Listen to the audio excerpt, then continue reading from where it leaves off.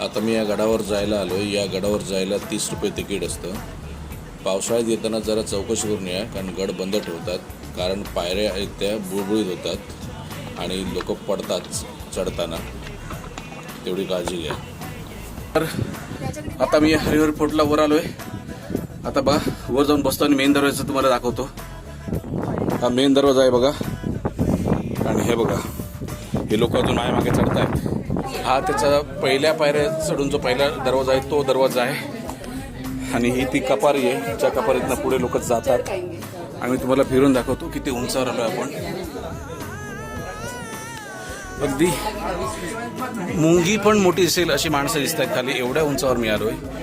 Video बनवण्याचं तात्पर्य हे आहे की जोपर्यंत तरुण आहात 25च्या आत हे सगळं करून घ्या, 40 नंतर हे असे हालत होते। खूप उंच आहे, दाखवतो तुम्हाला। हे बघा खूप उंचावर आहे, समोर बघा त्याचा डोंगर। आता ह्या कपारीतून जाऊन अजून एक आम्हाला ट्रेक करायचा आहे बघा।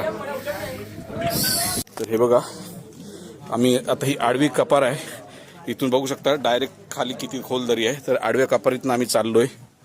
हा खूप थकलोय सगळे। टोपी पण काढली आहे मी करू का, कारण वारा एवढा असतो इथे टोपी उडून जाऊ शकते। हे बघा सगळं आता ओलं झालंय, खूप रिस्की आहे, खूपच रिस्की। हे बघा इथून पण बघू शकता, इथून जिथं आपण चालतोय डायरेक्ट खाली आहे, एवढाच काय तो सपोर्ट आहे। बघा लोक कसे चढतायत ते वर।